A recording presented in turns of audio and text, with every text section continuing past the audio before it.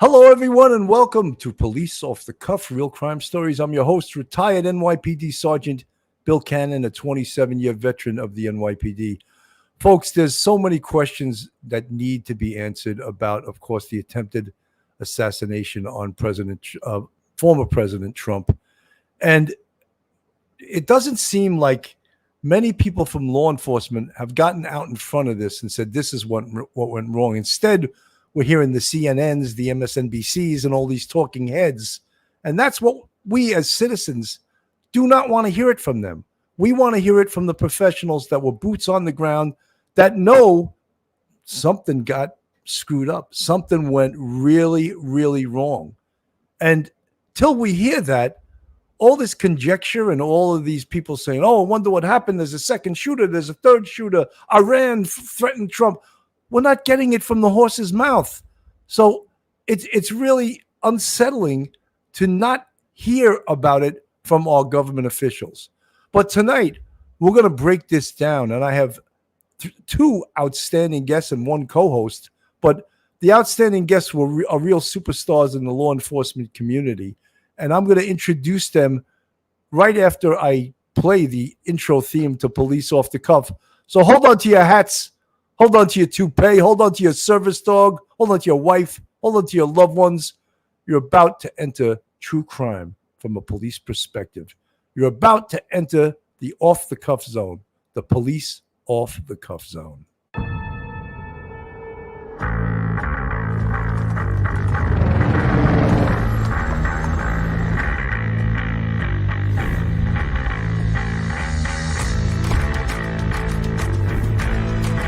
There has to be some common sense. Yes, sir. They have the car stopped at 10th and Ranch, Michael Byler. We still don't know who pulled the trigger.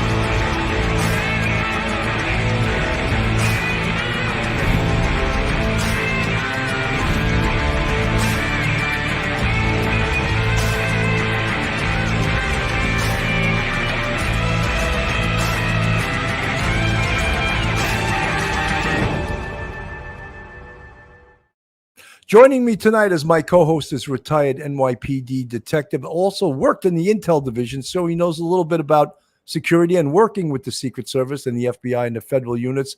Welcome to the show, retired Detective Phil Grimaldi. Welcome, Phil. Thank you, Billy, and thank you for having me. I'm so excited about our next two guests. I'm going to go left to right because they're both heavyweights, and one might get pissed off that I didn't put him first and the other second, but they're equal in my mind. And the first is retired Yonkers.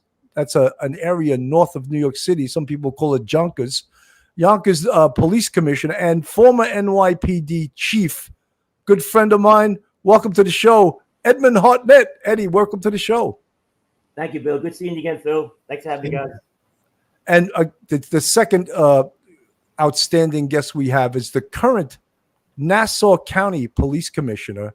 Just recently had a huge, successful, large event in Eisenhower Park in Nassau County, the World Cricket Championships, 9 days, terrorist threats, and without an incident, without an incident, I can't even talk, without an incident in 9 days. Welcome to the show, Nassau PC, Patrick Ryder. Thank you, guys. Thanks for having me on. Pat, so welcome to the show. Let's get right into this. Now, obviously, many things went wrong here, many things. And when we look at I'll put the thumbnail up so you guys can show that you do own suits. But there we are. This is the playing field here, basically, right? And we could see Trump for the right where Trump was on the stage, that building where the Secret Service snipers were, and the shooter's location. Now, Commissioner Ryder, how would you police this? How would you secure this? How you make sure it's secured and no one gets in that is a threat to the former president of the United States? You got to remember everything, and you gentlemen all know it. Everything's done in layers, right? We start with our hot zone, the hot area. That's where the president is going to be, where he's got a place that we can secure him, a hard room to get him off the set in a hurry. And in this case, in an open field, it's his vehicle, right? And then you see the counter snipers behind him. They're overlooking what he sees they see. And that's usually where your sniper will come from, in front of where the president is. Then you have your inner perimeter. That's where everybody who enters that inner perimeter will be scanned. We'll go through the mags. We'll be doing a physical check. We did the cricket. We didn't even allow bags inside the inner perimeter. And then you have the outer perimeter. And that outer perimeter, that one that is out there where this building should have been, inside that outer perimeter, and it should have been secured from the rooftop, not from the ground, but from the rooftop. You don't give away the height advantage to the bad guy and not take another height advantage for yourself. So they should have been on top of that roof at that time. And then probably the biggest failure and what should have been is communication. And we see it all the time. You're on different frequencies, you have different tactical frequencies. But if somebody says the word gun, that president is off that stage. He's in the back, inside the car where it's secure. And then we'll wait till it all clears. And then you get back into the business of the rally. So there should have been a lot of working partners together. And you do have small local police departments up there. You have the Secret Service. It is their responsibility and solely their responsibility for the safety of that president. That asset is theirs. They got to make sure they get him in and they get him out. And every other plan that goes on, they oversee and make sure it's done correctly. Great. Eddie, Commissioner Hartnett, the shooter, he came in there with a thing called a rangefinder, which is known to give a shooter the distance that he's going to have to shoot from. Wouldn't that have raised up a sharp cop? Like, wait a minute, what's this guy bringing a rangefinder in to a rally where the former president is giving a speech? Yeah, I mean, not to be flip, but, the only place a rangefinder should be in a field like that is if the guy's playing golf. Something like that. That's cheating, too, if you use one of those playing golf. It's as we say in police work, that's a clue. Yeah, something like that should have been immediately addressed in some way. And as we said, and let me just preface this by saying I was a commanding officer of the Intelligence Division, NYPD, from 2000 to 2002. So that was before, on, and after 9/11. And we worked a lot with the Secret Service. And I have to say, not to sound self-serving, they were outstanding to work with. Absolutely outstanding. Totally professional, very thorough. They didn't come in and bully us. Well, it's hard to come in and bully NYPD, but they worked with us as partners. They invited us to their meetings. They accepted our input. We were treated as equals. It's different when they go to a place like Butler, Pennsylvania. They probably have to deal with 5 or 6 small police departments, trying to get everybody together. They got to make sure they're all on the same page. To Pat's point before about communication, probably difficult. There was clearly mistakes made, but I did want to preface it by saying that most of the time they get the job done, and it's evidenced by there hasn't been a shot taken at anybody in like 40 years or something. But however, I think one of the glaring things I see here post-incident is there hasn't been a briefing. They're putting out snippets of this. There's some rumors getting out. There's some leaks getting out. And Pat knows better than me. You got to get out in front of an incident. If you got a bad shooting, if you're a police chief, if you're a commissioner somewhere or a sheriff, you got a bad shooting or some incident that's causing some unrest, you got to own it. You got to get out in front of it right away. And now that this has lingered for 3 and 4 days, and maybe there's a congressional hearing coming up, it just festers, and the conspiracy theories start to grow. And now people are saying, what's going on? What are they hiding from us? And that's a really, really bad place to be in law enforcement. 100%. I want to play this on the screen. We're going to see John Miller talk about this rangefinder that he had. And shows how a gunman evaded security and shot former President Donald Trump Saturday. Law enforcement officials say he'd asked for the day off work. They say he came to the rally with a rangefinder. A device that looks like a small pair of binoculars, but it's used by shooters to measure the distance when they're setting up a long distance shot. It's not a weapon, so security let him through. But they did flag, what does he have this in his hand for? Investigators say the would-be assassin then exited the secured area. They're not sure where he went, but they think he got a rifle from his car. Climbing on an air conditioning unit is likely how he got on a roof outside the perimeter. That's according to a senior federal law enforcement official. He's taking the rangefinder and he's looking through it at the counter sniper positions. And one of the counter sniper positions is looking at him through the scope. At this point, there's not a gun in the picture, as I understand it, but they're saying he's looking at us, looking at him. Another official says that's about when witnesses saw him and alerted police. Video analysis shows the shooting started about 2 minutes later. I went there to have a nice time with my family, and then the unthinkable happened due to a complete breach and lapse of security. I'm Amy Kiley reporting. So, Phil, I want to ask you this question. Yes, sir. If you would have been the guy who stopped this guy and found that he had a rangefinder on him, would you have lost sight of him, or would Absolutely. Is that it, Bill? That's the question? Yeah, I'm asking you the question. Would you have lost sight of him, or would you had him flagged? Absolutely not. A rangefinder is exactly what John Miller said. It's showing the distance if you want to take a shot at a target, used for hunting. Chief Hartnett said maybe in golfing and stuff like that. But at the end of the day, why is he coming into a secure perimeter with that thing? I want to know why. I'm going to talk to him. I'm going to hold him. I don't think I'm going to let him out of my sight.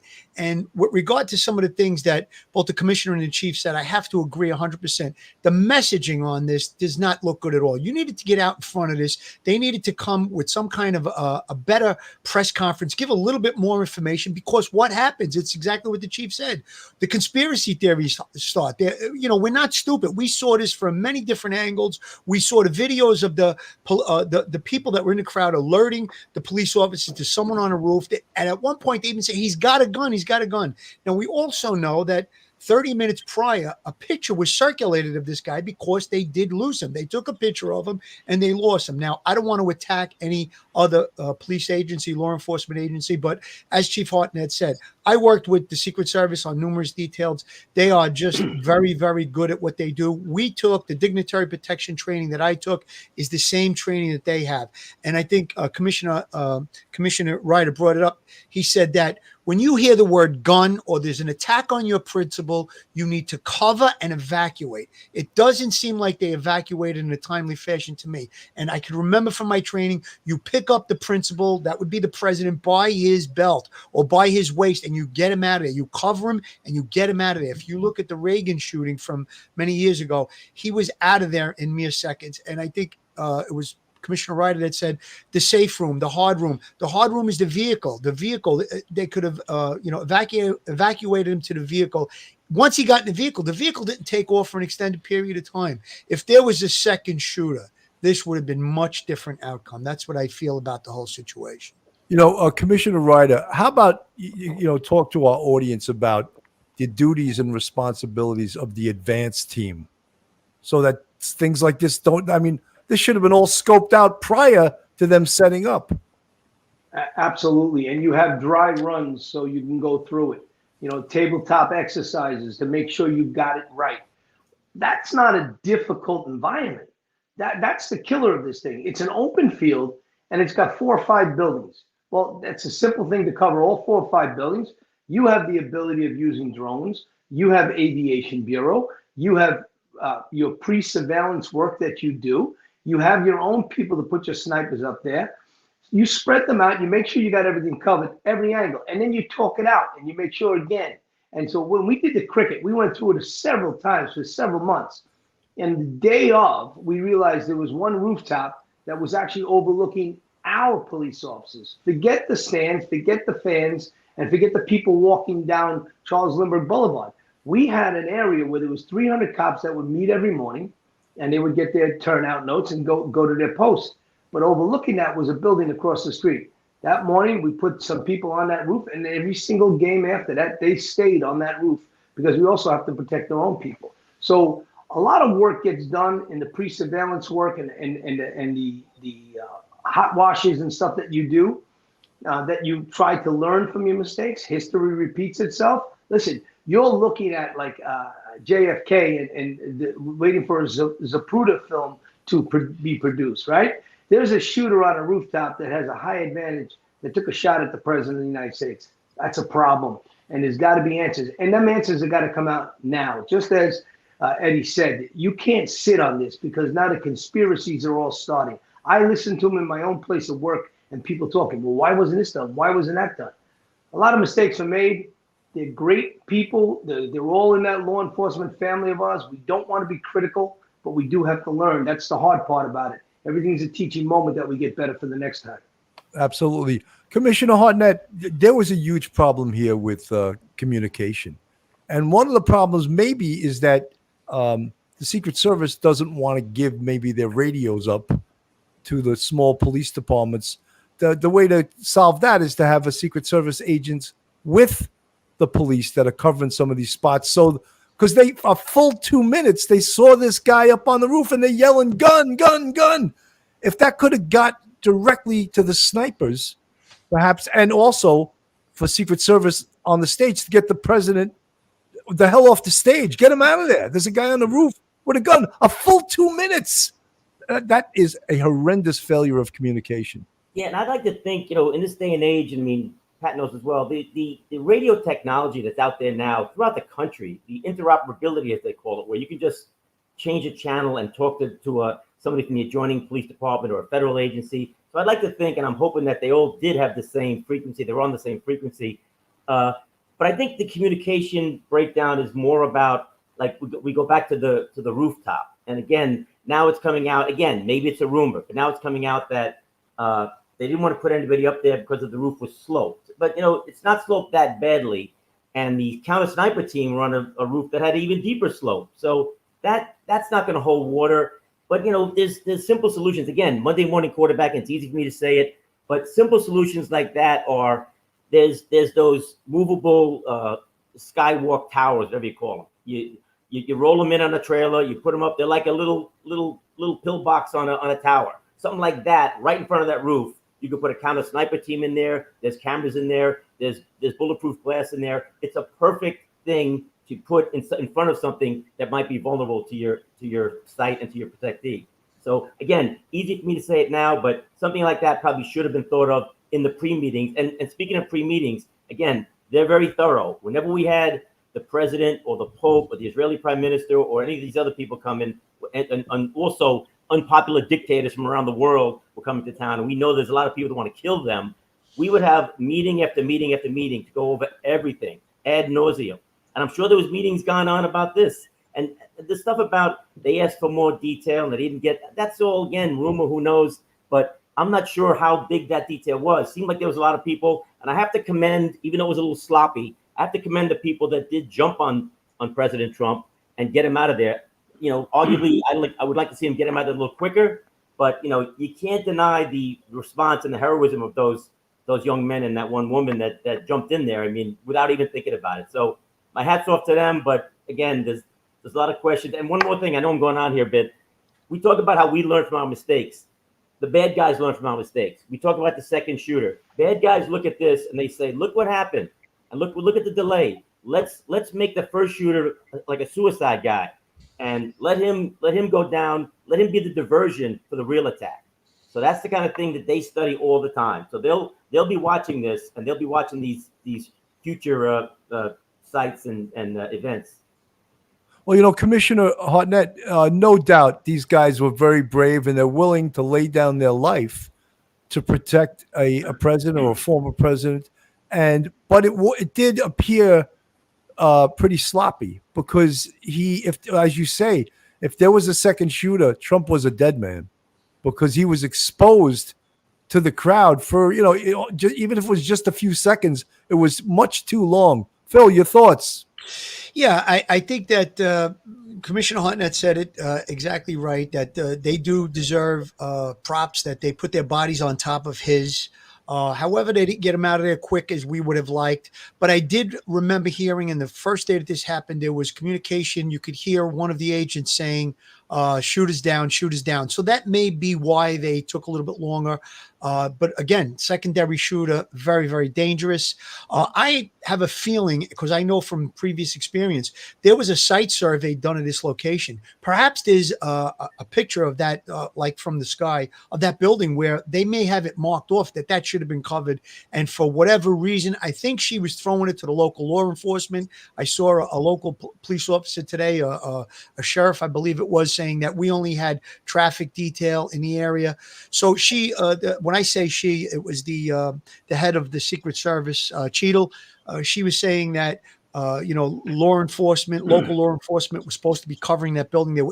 They decided to do inside the building because of the slope. But that picture you have on the screen right there, Bill, you can see that's almost a flat roof. That's a very small pitch on that roof. However, when you look at the building where the snipers were, the red building, right underneath the American flag, the pitch was much higher and the snipers were there. And thank God they were able to take the shooter out when they did. And obviously there was a fatality, Corey Compatore, and there were 2 other people shot, David Dutch and James Copenhaver. Just a shame that anyone else had to lose their life over this or be injured. I just feel like I'm sure that somewhere in the planning, this building was marked off that it should have been covered. How it wasn't is I guess, going to be determined. But I would like to see what that investigation reveals. The site survey, the advanced team, they had to see that building and they had to realize that that was a vulnerability and it's not covered. We talked about the circles, the inner perimeter, the outer perimeter. That was right in there. I mean, like they said, it was a cheap shot, an easy shot for someone with that type of a rifle that had a little bit of experience. There was talk that he was on the shooting team, but he didn't make it or whatever. But he obviously knew how to use the rifle, and very lucky for us that former President Trump turned his head when he did, or else we'd be looking at a much different picture. This is from Law and Crime. I just want to play a little bit of this. It is a horrifying and tragic crime that will go down in American history. The apparent attempted assassination of former President Donald Trump that left 1 dead, 2 injured. What we know about this reported shooter and how on earth could this have happened? We bring on law enforcement expert and former sheriff's deputy and SWAT team member, Chad Ayers. Welcome to Sidebar, presented by Law and Crime. I'm Jesse Weber. Take a look at that. So that arrow is the lowest amount of illegal immigration ever in recorded history into our country.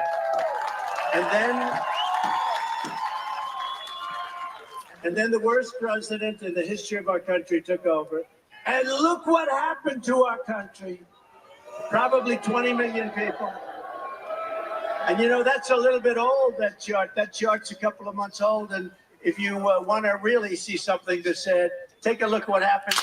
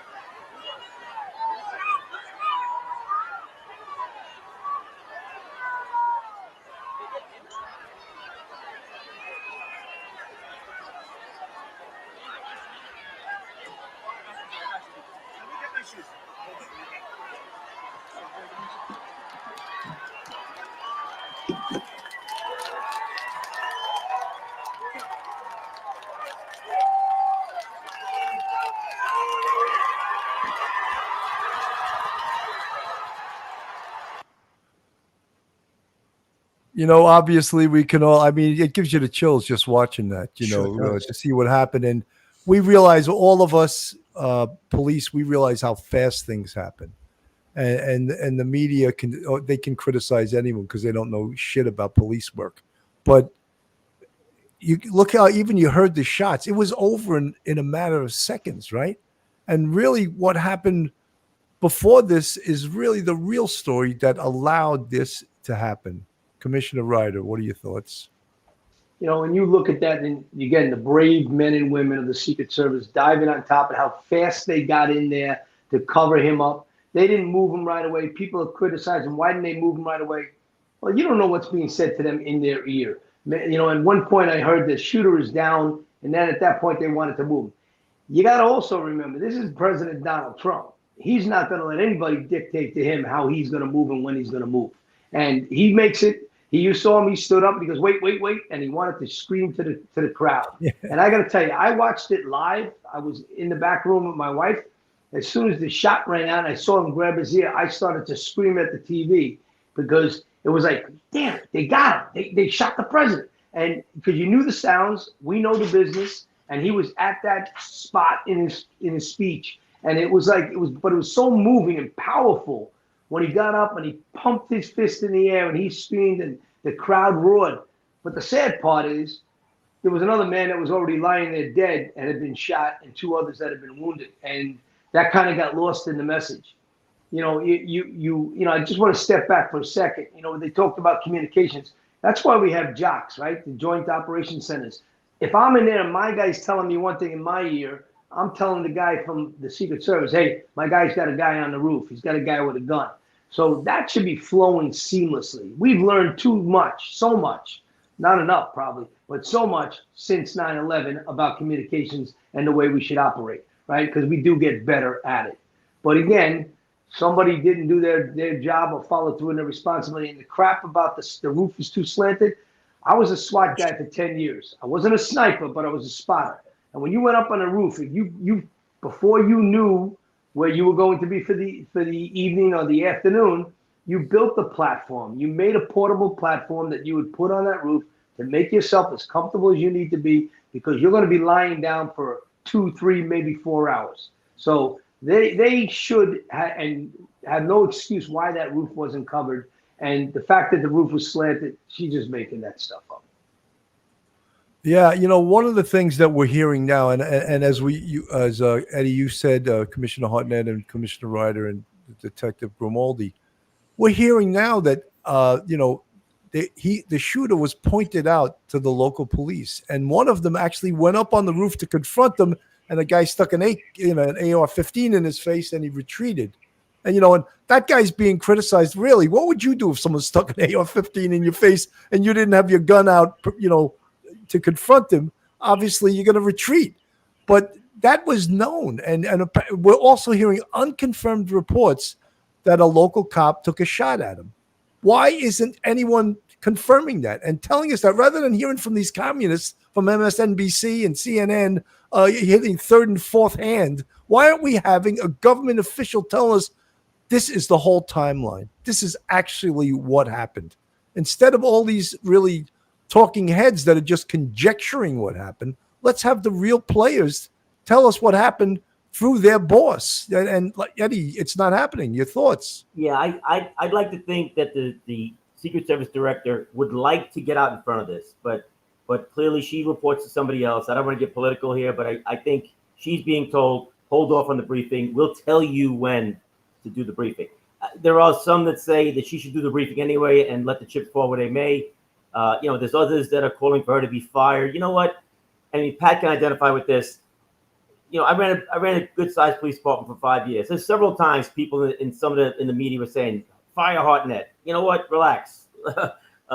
We got through it. I survived that. I'm sure Pat has had some scrapes like that. So I say to all those folks that are screaming for her head, let's get the story. She may wind up going of her own volition or being thrown out, whatever. But let's hear what she has to say. Give her the benefit of the doubt. There's a lot of criticism here, much of it warranted, I think.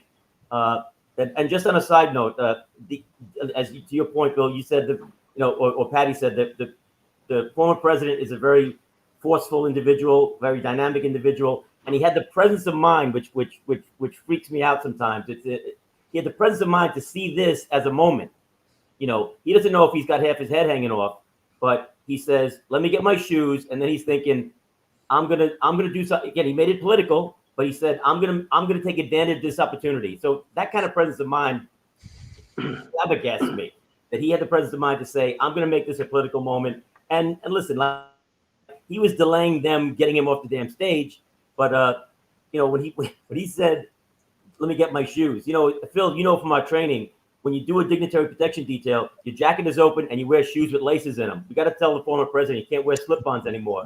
No more slip-ons. Yeah, you're right. Plus, Eddie, his shoes are probably like $1,000 a pair. You know, laws are just the Tom McCann specials. You know. Yeah. Hey, Bill, let let me add one piece to that, and the point that's important about this messaging, getting it out there. You guys remember a while back, over several months ago, we had ran over the transgender with a gun in the middle of the street.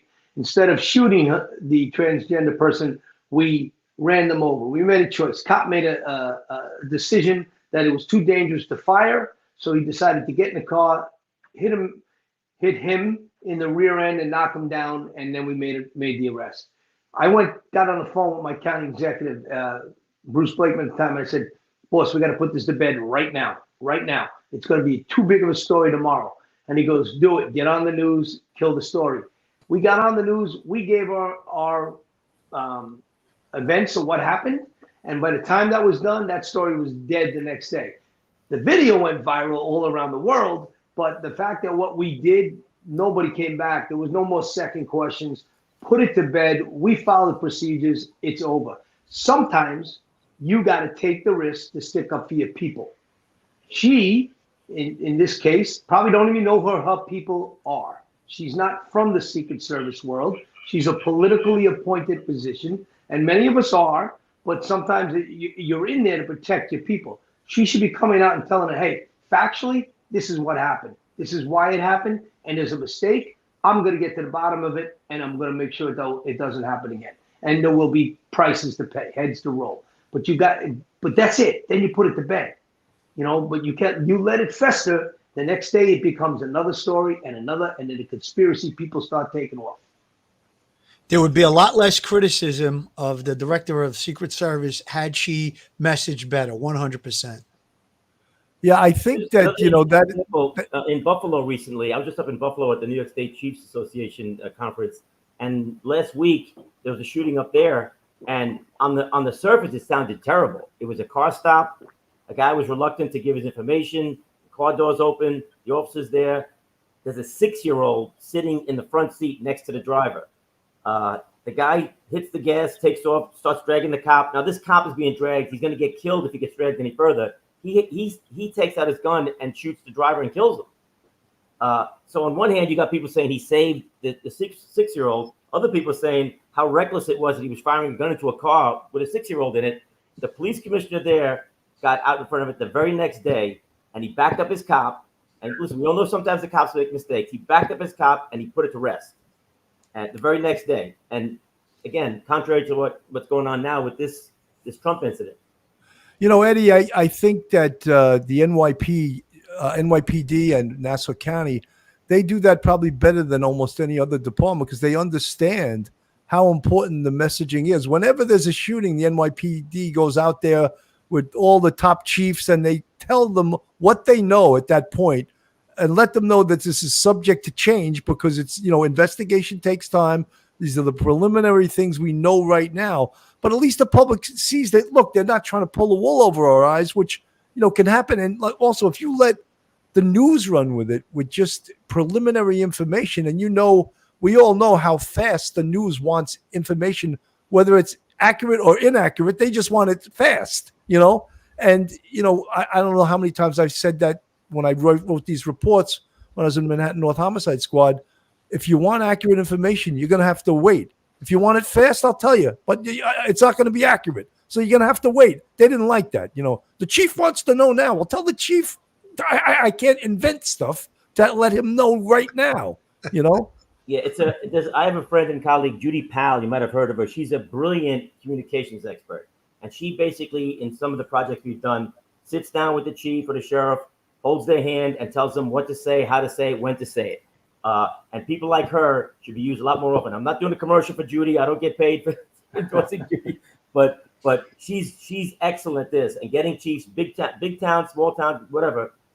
She's a communications person that tells a chief, how to get this out, how to get the message out clearly and concisely and calm things down. We're now moving to I want to play this video here because like a lot of large incidents, and especially like the Boston Marathon bombing, they requested folks to hand in, video from their cell phones. And they're getting a lot of that now. And we're seeing actually how much in advance they knew about this guy. And it's really hard almost to understand. But, the communication was quite poor. We'll put it that way. Takes us through his perspective. Well, the man who captured images of that suspected gunman on the roof that day says he believes law enforcement could have done more to stop that deadly shooting. His thoughts as he describes to me what he saw that day. There are images that won't soon be forgotten. Suspected killer, 20-year-old Thomas Crooks, on the roof of a building, taking aim. When I seen him holding the gun like he was taking aim, I thought, oh my God, this guy's about to shoot into the crowd or something. So I turned my phone on. Mike DeFrisha said he started recording on his cell phone. The still photo grabbed from that video. Yeah, we had just got there a little bit late. He and his wife Amber live in Crawford County, Pennsylvania. They were at the Trump rally in Butler Saturday. They arrived late, so they sat outside of the secured area near the building where Crooks waited. We were there maybe 10 minutes waiting for Mr. Trump to come on. And then after he came on and started to speak, my wife shortly after he started nudged me and said, hey, what's going on behind us? And that's when we noticed some commotion. Now, where's that? Oh my God. DeFrisha said he noticed Crooks climbing the roof, then noticed he had a gun. They tried alerting police, then took cover. I kind of felt I could see the guy with my eyes. I knew where he was at. I got me and my wife behind a big tree, and I felt that we were safe. Then you see the gun, you're like, oh my God, we have to hide. But there's nowhere to hide. There was a couple trees to hide behind. So you didn't know whether to hit the deck or run or just stand still. It's very chaotic in them split seconds. If you want to really see something that's chaos after gunfire. A bullet grazed the former president's ear, Mr. Trump narrowly escaping a more serious, possibly even fatal blow. But one man in the crowd is killed, 2 others wounded. Secret Service snipers take down Crooks, killing him. It was devastating to us. I mean, to know that we watched a guy shoot somebody, and also even the shooter. I mean, we watched him get shot right in front of us. I mean, we seen it. We seen the aftermath. The couple believing something more could have been done to prevent the tragic shooting, talking now about who, besides the shooter, should be held accountable. People are trying to say the local cops and this and that might not have done their job. And in my opinion, and I haven't put this out anywhere else besides now that it's been a couple days, we're processing some of this. You know, it's Secret Service's job to keep terror of the president. Well, after what happened, Mrs. DeFrisha says she doesn't believe that she will be going to any more rallies, but her husband says he will, believing what happened was an isolated event. So pretty amazing. Some of that the video we're seeing from people's cameras, and the crowd saw him before the police did. Now, what we're hearing, and this is also not coming from a confirmed source, that it was at least 2 minutes before the shooting started that he was spotted climbing up to the roof, and then people were yelling, "He's got a gun! He's got a gun!" I mean, you can't see that as anything but a huge mistake, Phil. Yeah, Billy, when you talked about the officer that went up on the roof when he was alerted that there was someone on the roof, I believe he was propped up by another police officer. So he had both hands on the roof. He was peeking over. When he saw the shooter turned and pointed the gun at him. He obviously jumped down. He wasn't able to get his firearm. He took cover. And by that time, the shooting had already started. One other thing I wanted to talk about real quick. I just read this. It was on the BBC internet. They said that he did at least one recon of the location. He had been at that location at least one time prior to the day of the shooting. So it looks like he had this planned. This is what he wanted to do. He also, from his phone, they said he recently, right before the shooting, downloaded pictures of both President Biden and former President Trump. So he had an ideology, it sounds like, that he wanted to do this. There was also a search for some type of depression that he put in there. On his phone, I guess. So I guess we're getting a profile now, a loner. He was very, very to himself. picked on, bullied, but he went to the shooting team is what we're reading about, and he didn't make the shooting team. One of his classmates said he didn't make the team, not even JV. Another one said he was a terrible shot. So I guess that's the profile that we're starting to, come up with. I guess once the investigation is fully done, we'll get a better idea. And again, the messaging by Director Cheadle, it could be a lot better. And I think that there would be a lot less criticism of her if there was that messaging. There should be the local police too. Messaging should be better. They should be together. They should be on that stage together, talking about it, giving updates.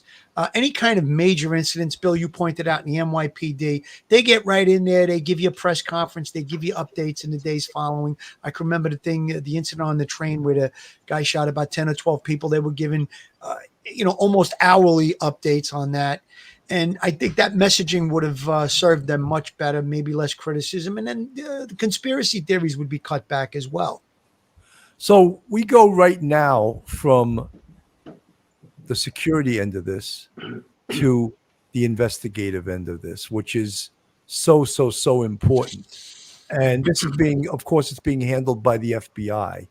And we actually do need just one organization handling this investigation. If you have too many, it's going to just, they're going to get in each other's way. Pat, what's your experience with a large scale investigation like this? You want to talk about it to our audience? Yeah, first of all, there has to be transparency from everybody. Gathering all those phones is going to give you every single angle imaginable that people have taken video from, and speaking to all those witnesses. Then you're going to get internal, and you're going to start speaking to those commanders or who's in charge of that and who had the responsibility. Let's see the TAC plan. Tell me exactly the operation. What was the frequency looking? What's the communication? Let's start breaking it all down. You're going to find, in my opinion, you're going to find that the people that were supposed to be there were not covering their post.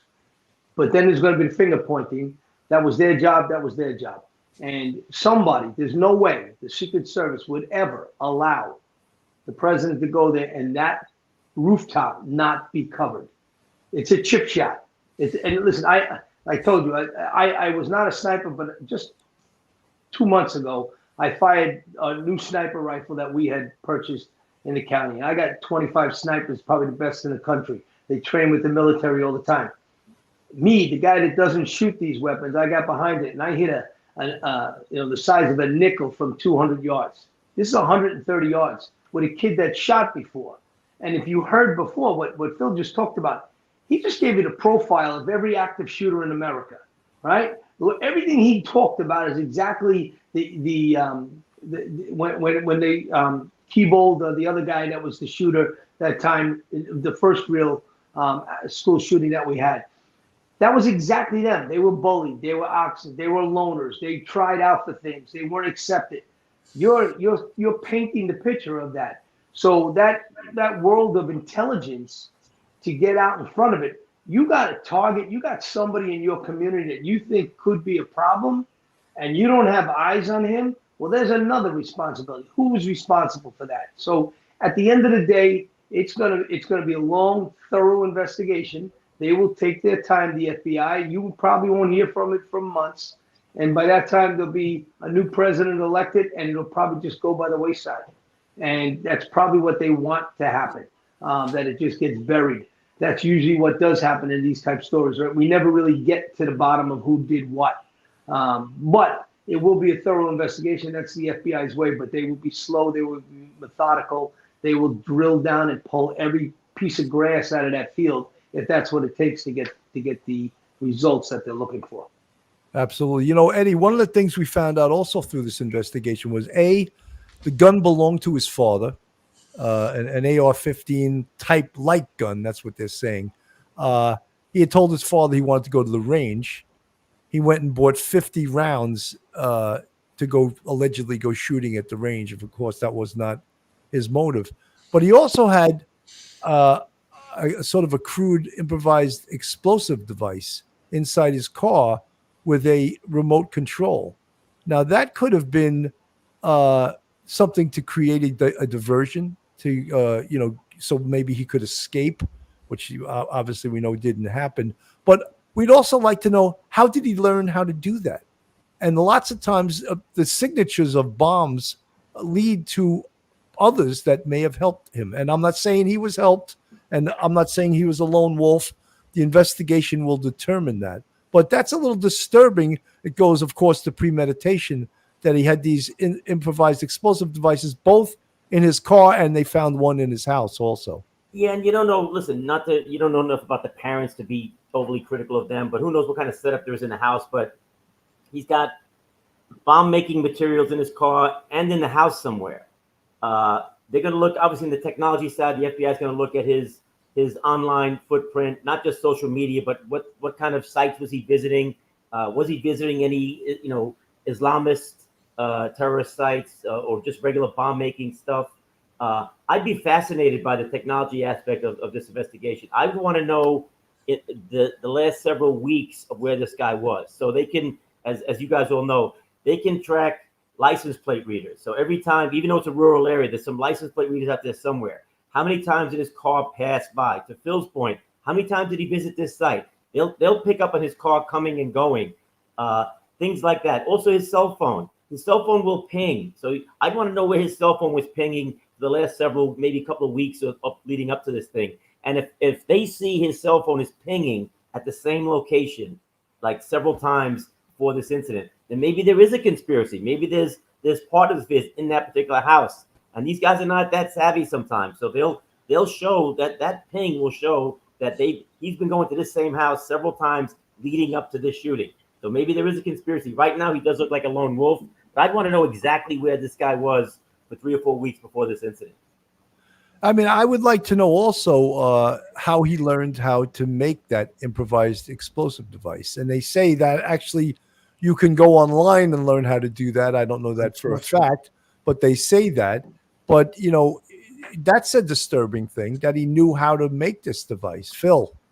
Yeah, Billy, I believe there was a photo of his cell phone and what looked like a keypad for a garage door opener. It looks something similar to that.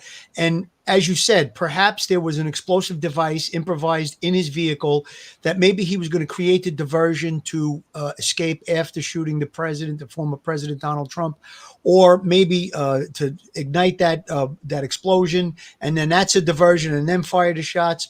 Whatever it was, he didn't get to do it. Apparently, that officer that jumped up onto the roof, that startled him. He pointed the gun at the officer. The officer went back down. He immediately turned around and started shooting.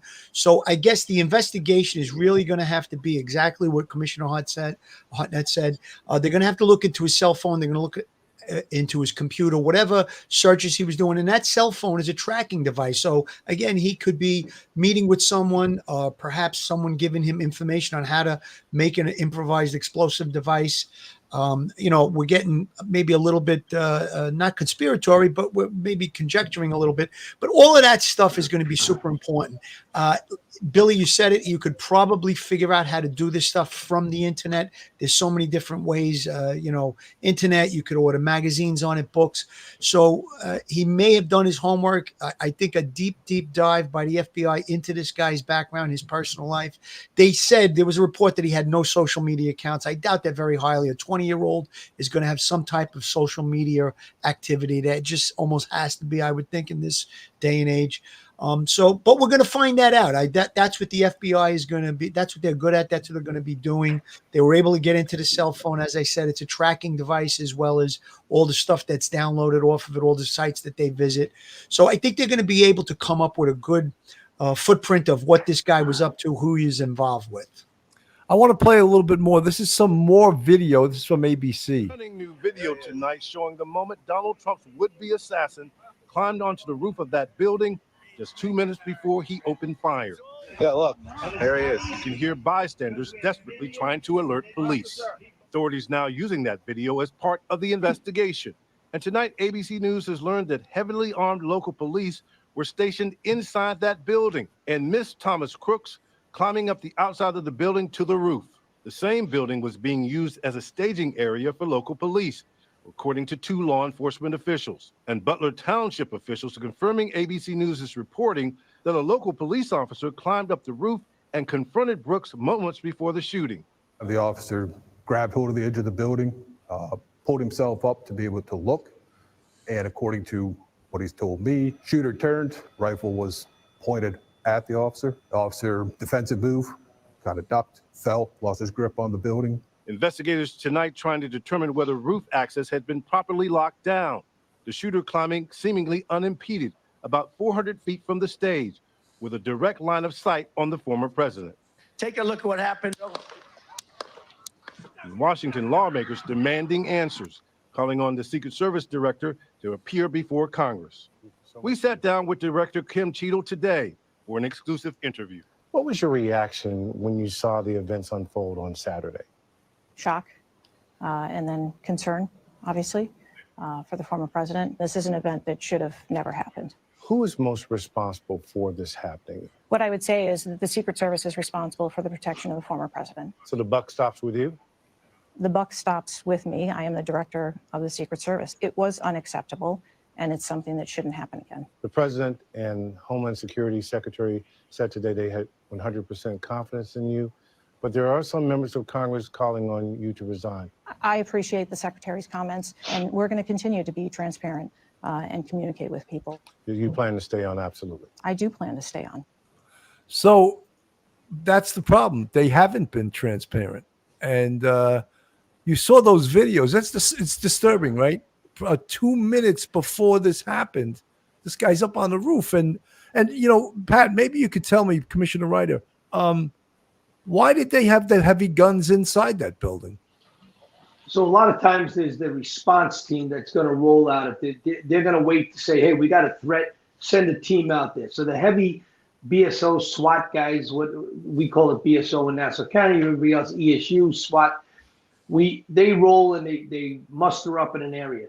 But when the president is there and he's coming on the stage, it's all, you know, all the boots are supposed to be out on the field watching the sights, right? They're not supposed to be inside the building. Again, I'm not there, so I don't know why they were inside. But my people, when the event is about to occur, all eyes are now on the audience, right? We're not looking at the president. We're looking at the audience. We're looking up at the rooftops. We're looking at the tree lines. We're looking in the field. These are the things that they're supposed to be doing, you know. There's a lot of reasons why they could have been in there. Hopefully it's the right reasons and it's just a bad management style, or it wasn't a bad management style. They did it exactly as they were told to do it, but somebody else failed by not covering the building. You're going to find out as this investigation gets done. Somebody should have been on that roof and somebody didn't follow through in their assignment. Absolutely. Commissioner Hartnett, ultimately, this falls, you heard the director of the Secret Service say, yeah, ultimately, it's my responsibility. I'm the director.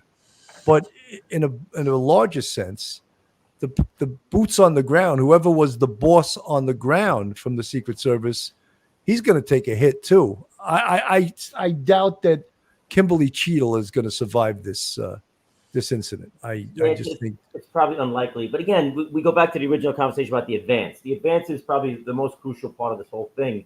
That has to be done when you go in and you check a site. I mean, something as simple, again, going back to my intelligence division days, something as simple as a motorcade. It sounds so simple, right? Put a bunch of cars together and you go from point A to point B. Motorcades, especially presidential motorcades or high threat motorcades, we go over that sometimes weeks in advance, and they run the route.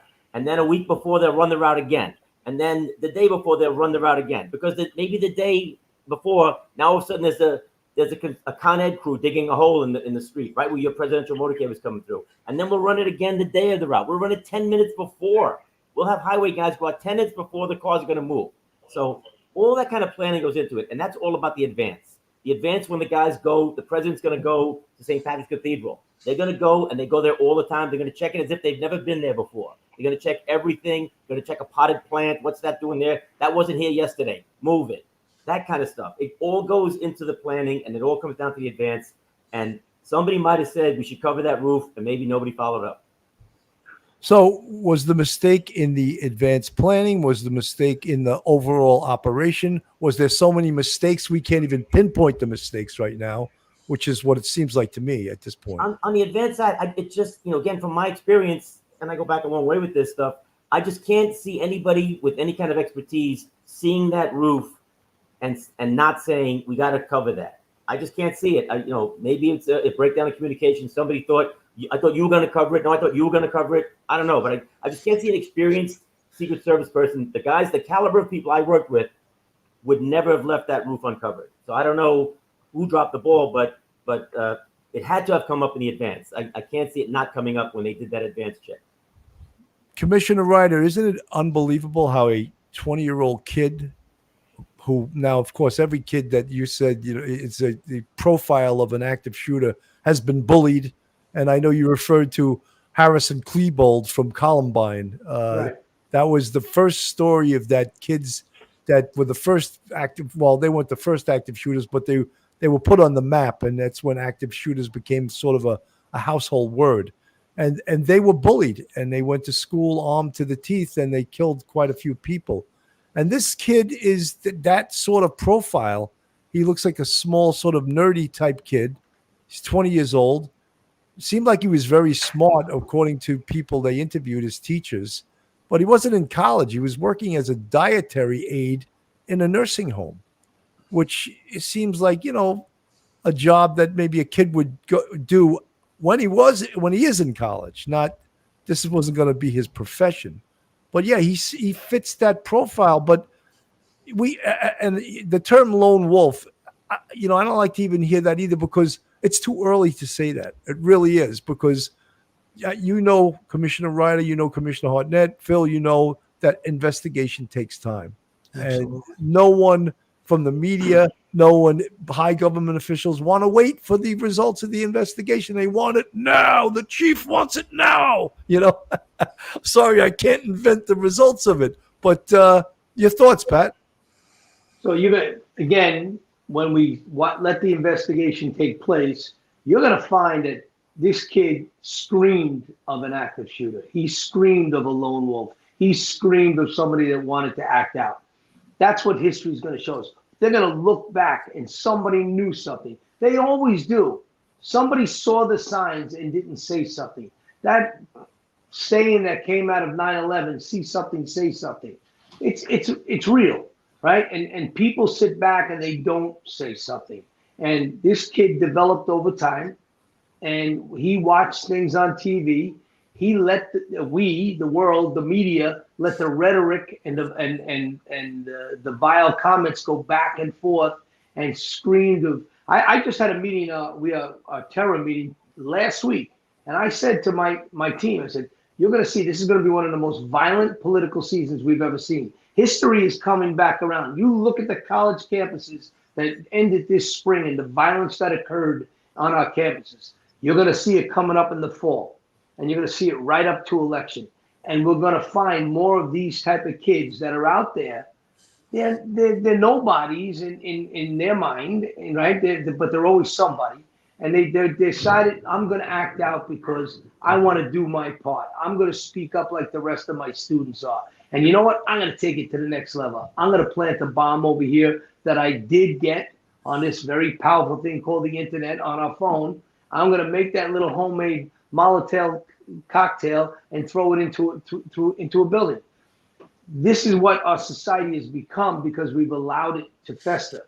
And the more and more the media and what happens on social media pumps this stuff out, the more and more that kid sitting at home who's got nothing says, you know what, I'm going to be now somebody.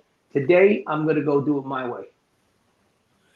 Commissioner, that's a great point. And I think that part of the job, of law enforcement and specifically our politicians is to lower the temperature, lower the rhetoric, calling Trump an existential threat to democracy.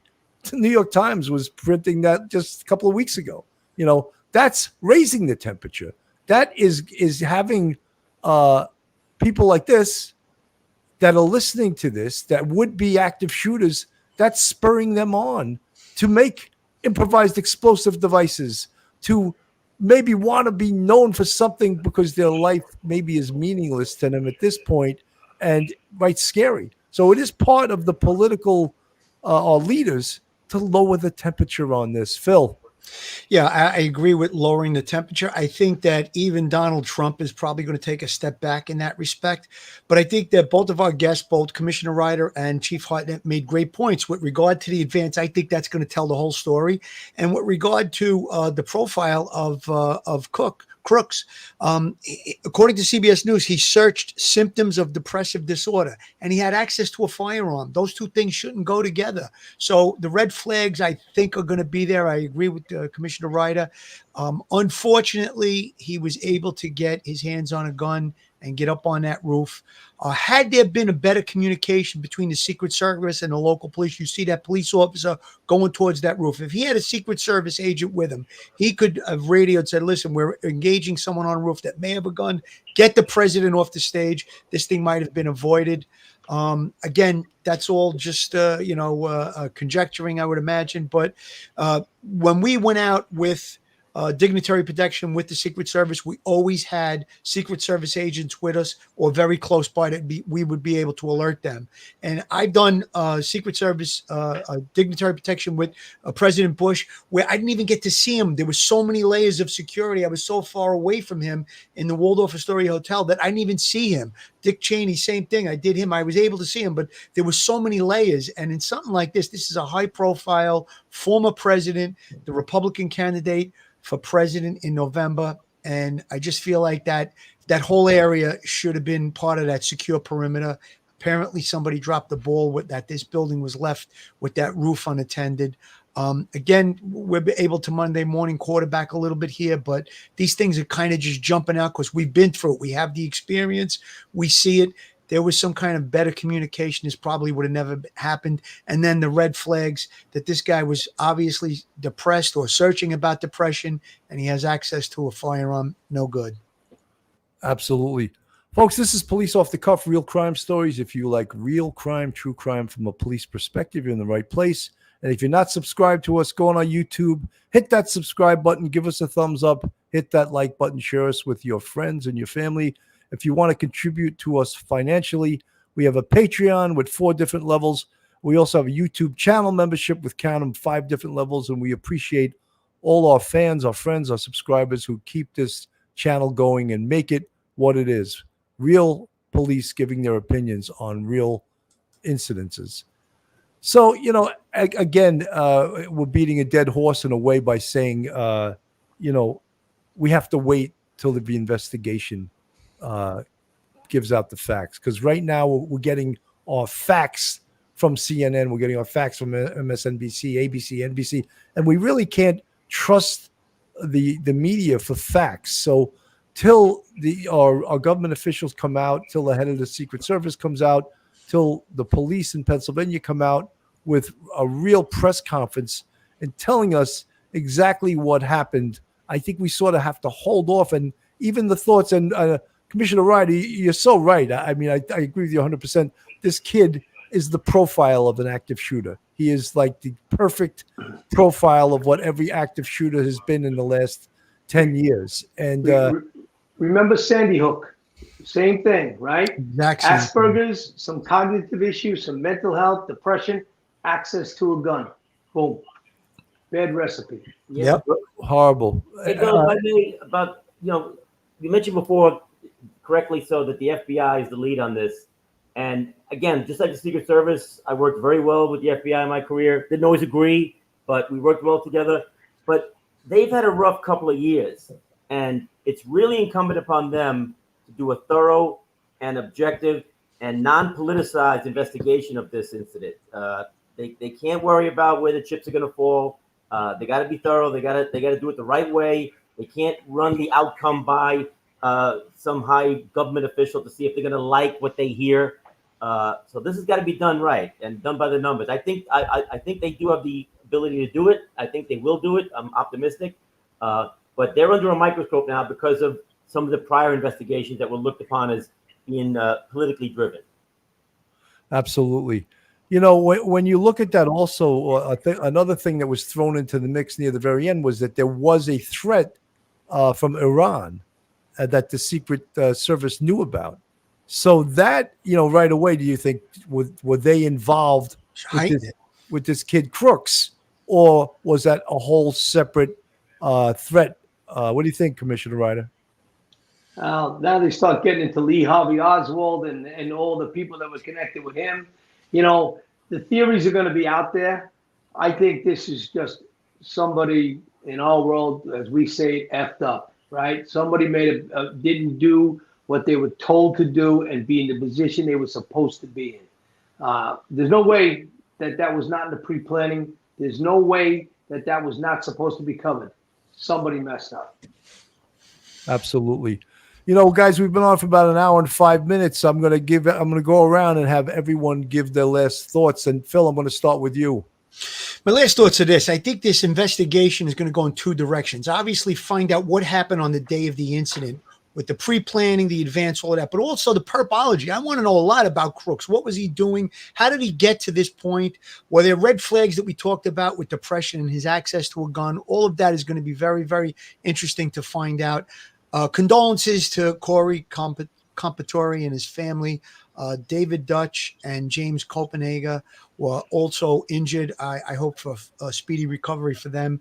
Thank God that Donald Trump was able to survive this shooting. I really believe in God, and I believe that this was a divine intervention at that moment that he turned and that bullet just nicked his head. Because had that bullet, he'd been looking in a different direction, we would have had another JFK situation. Thank God he's okay. Let's move forward. Let's get the details of this incident out.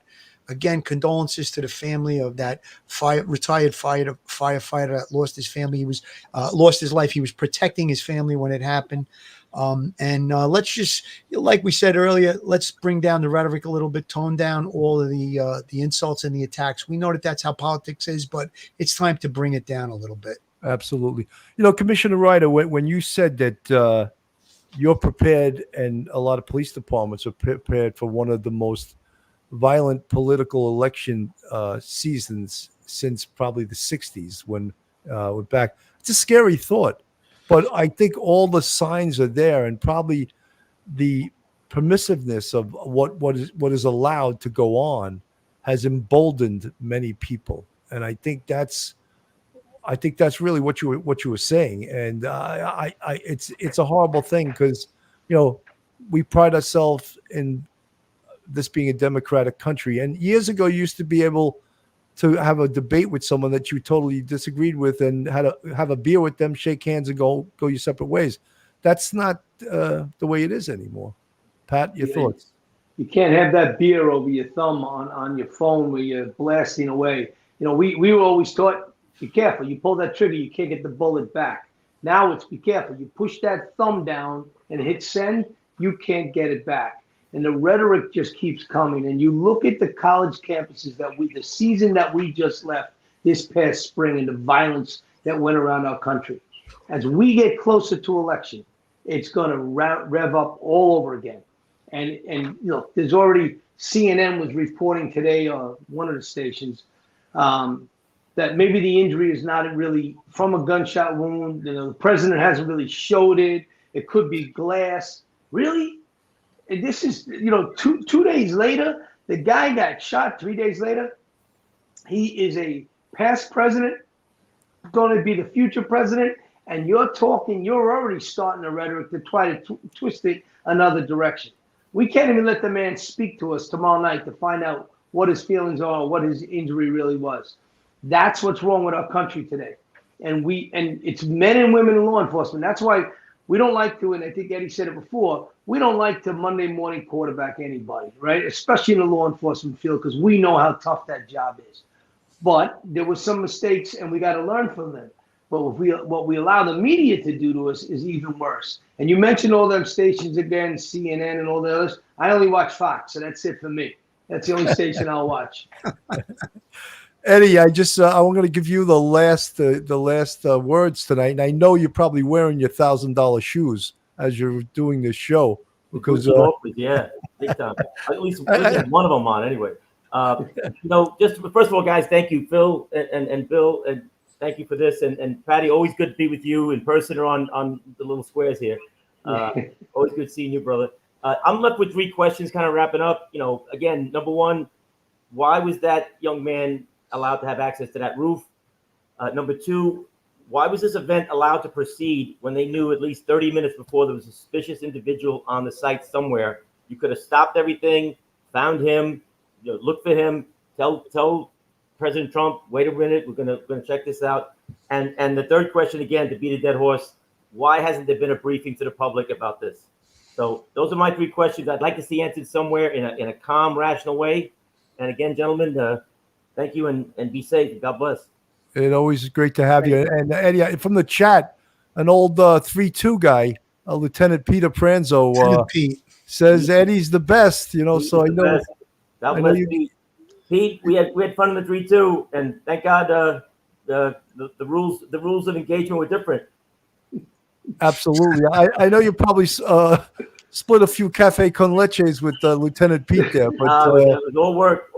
Yeah, it was all work. Yeah. You never even got to have a coffee in the 3-2. You answered 35 jobs a night, right? Back in the day, anyway. There was no con leche in the 3-2. I'll tell you that. No body cameras either. No. That's right. Coco Bola. That's what. Anyway, Commissioner Pat Ryder from Nassau County. You're a great man. Thank you so much for coming on. Eddie Hartnett. He was my XO in the 2-4 many moons ago. You still look young, Eddie. You're still a vibrant guy, and you're. I had work done. Yeah, you had work done.